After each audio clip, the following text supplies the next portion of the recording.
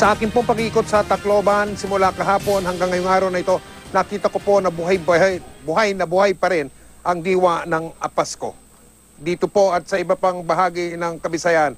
Sa kabila ng hanggang ngayon napakalawak na pinsala na iniwan ng super bagyong Yolanda, narito po ang aking mga nakita.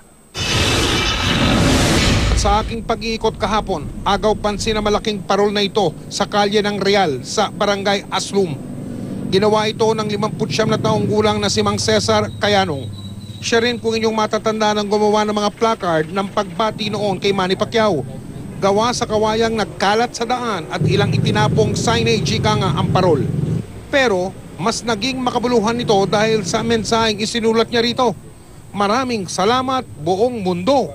Yung parol yung dito mismo, yung napagyuan ng mga bagay. Bukod dyan na ilang simbolo pa ng Kapaskuhan ang aking nakita sa Tacloban, ang Barangay 83. Nagtayo ng Christmas tree na gawa sa metal kung saan nakasabit ang iba't ibang palamuti. Nakakaaliw din ang pundasyon nitong lumang gulong. May nadaanan din kaming Christmas tree na gawa naman sa sanga ng puno. Ito ang Christmas tree ng pamilya Atamosa. At akalain ninyong napulot lang ng kanilang padre de pamilya na si Tatay Rolando ang lahat na nakasabit dito. Mula sa makukulay na Christmas balls at bituin. Kahit ang Merry Christmas na sign na ito, napulot niya rin. Ang tanging gastos lang daw ni Tatay Rolando ay ang pagbili sa parol na inilagay sa tuktok na nagkakalaga ng 150 piso.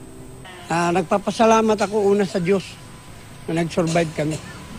Nagpapasalamat ako. Hindi rin siyempre mawawala ang mga batang nangangaruling at nakasuot pa sila ng iba't ibang costume.